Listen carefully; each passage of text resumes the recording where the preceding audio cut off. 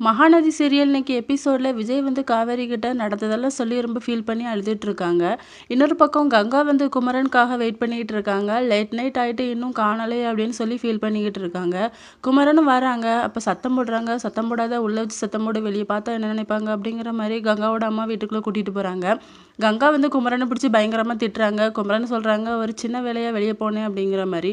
உங்களுக்கு என்ன வேலை, இப்படிதான் நீங்க முதுகு பின்னாடி ஒளிவீங்களா அப்படிங்கிற மாதிரி சொல்லி திட்டிட்டு இருக்காங்க. அப்போ கங்காவோட அம்மா சொல்கிறாங்க, இப்படி நீங்கள் 2 பேரும் சண்டை போட்டிங்கன்னா பிள்ளைங்க எல்லாத்தையும் கூட்டிட்டு நான் கொடைக்கானல் போயிடுவேன் அப்படிங்கிற மாதிரி சொல்கிறாங்க.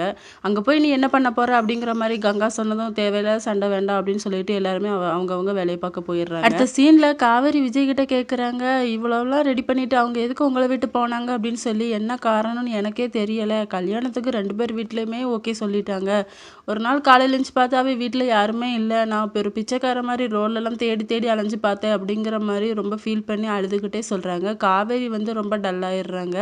இவர் இவ்வளோ ஃபீல் பண்ணுறாரு அப்படின்னு சொல்லி. இதோட இந்த எபிசோட் முடியுது.